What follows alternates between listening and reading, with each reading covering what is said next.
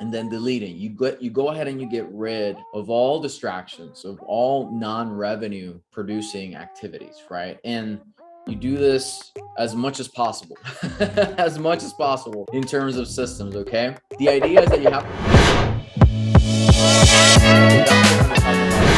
talking about systems today. And all I ask is that you guys take as much value out of this. Towards the end, there's really going to be only two asks. One is you give me kind of your feedback on the challenge. You know, we've been kind of spending some time, some efficient, some effective time together. So definitely looking forward for your honest feedback. And then two, if you're interested in working together, we do have a special offer. So, but the idea here is to understand what sort of systems you should have. And as always, I only speak from my own context. I only speak from my own context. At the end of the day, systems will bring us freedom. This is going to be the difference, right? If you're going to be doing everything, if you're going to be able to actually scale to whatever extent you're looking to scale, systems are going to be it. So I always say that the systems are based on the ADD principle. This is something that I first heard from a mentor of mine, Joe Evangelisti, and it's about automating, right? You automate anything that you can and everything that can be automated. So you automate,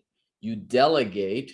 Really, that's a lot of time human touches, conversations. That's what's delegating. That's why you will need, virtual assistants, salespeople, because there is a phone to phone direct sell conversation, right? And then deleting. You go ahead and you get rid of all distractions, of all non-revenue producing activities, right? And you do this as much as possible as much as possible in terms of systems. Okay, the idea is that you have a system in place, and the goal is that you take a prospect to a contact to a lead to a contract, that you're able to outsource qualifying, because at the beginning, you're going to have to do everything or almost everything. But if you can leverage a system, we're going to talk about what CRM you use and how, a little bit more details around that stuff, the good stuff, right? The idea is that you can take any prospect to a contact that says, hey, I'm interested, to a lead that you actually qualify, and then to eventually a contract, a transaction. Okay. Ideally, in your outsourcing qualifying system, you have a button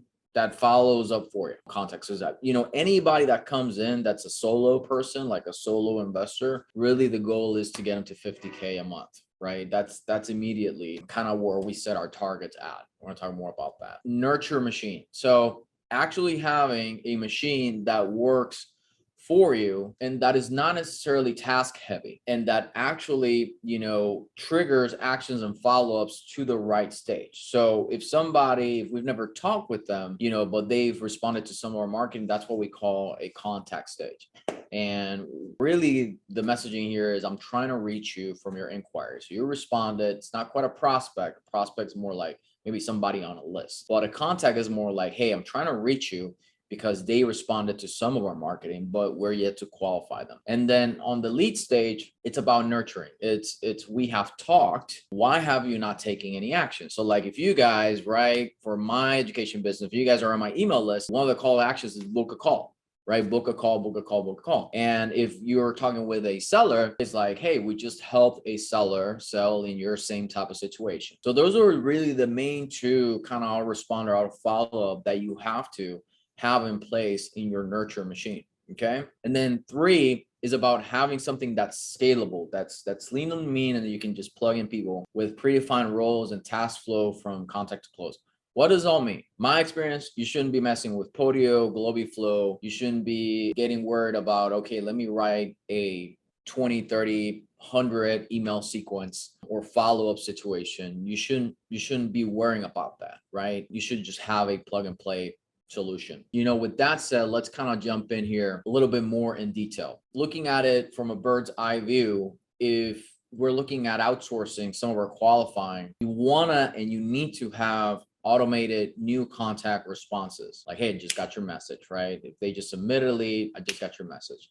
You need to be able to delegate qualifying, not only with automated texting, email. The carriers recently are having, I know Twilio and all the big carriers, they're having to comply with even further restrictions on telemarketing. So this is why even it's more important to have a push button qualifying team, and then essentially being able to delegate what is actually a lead versus a dead prospect, right? Or contact, right? That's one of the key things that I want you guys and gals, if you're going to be implementing all this stuff on your own, to kind of watch out for or self audit, okay, your own business and your own process. Then the second piece is having a nurture machine. What does that mean? Is having telemarketing follow-up systems, getting notified but not overwhelmed with tasks, if that makes sense, and actually staying top of mind on social follow-up systems, meaning retargeting, having your retargeting systems, right? Because everybody's in social.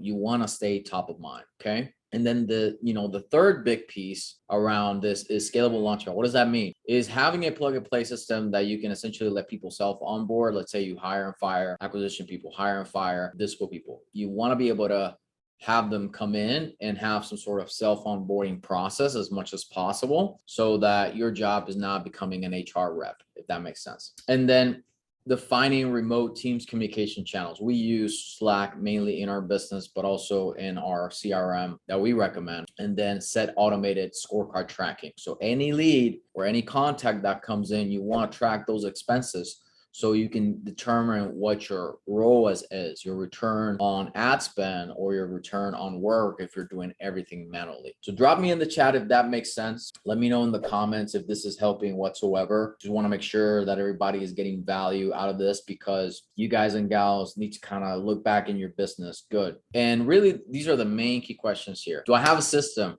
that flows the lead through stages and qualifies daily? Do I have a system that nurtures at the right stage? And do I have a system that will allow me to place and the lead staff members and plug and play per role? So if you don't, this is an option. There's many out there. CRM, you will need it. I think there's more money to be lost by not having systems, and you'll drive yourself crazy. I'm not a fan of prospecting, but if you are going to prospect, then you need to make sure that your systems for differentiating angry callers and filtering those out are set before they hit your CRM.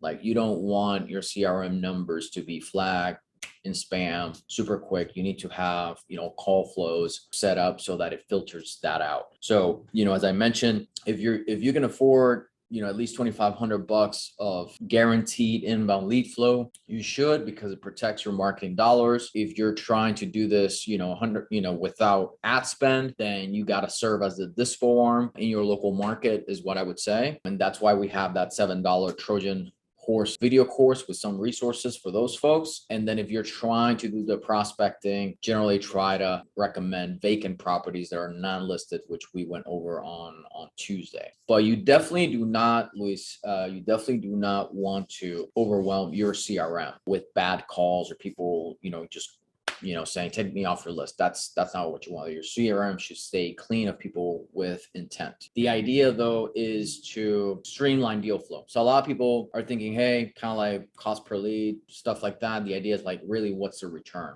What's a return on that ad spend? And because of the way that we work, and we said the lead generation, we try to reduce the cost and the risk, right? But we have people in lower markets that get a whole bunch of deal flow, like Robert. He was one of the guys that went from 5K assignment fees to about 15, 18K assignment fees, just because of changing how we spoke with sellers and the source of the lead flow. So it just depends. So that's it.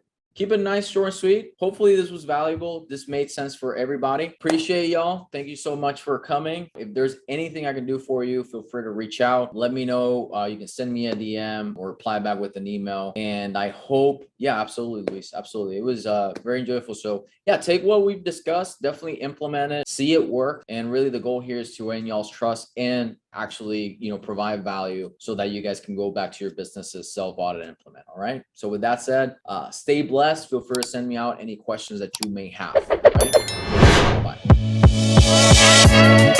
Bye.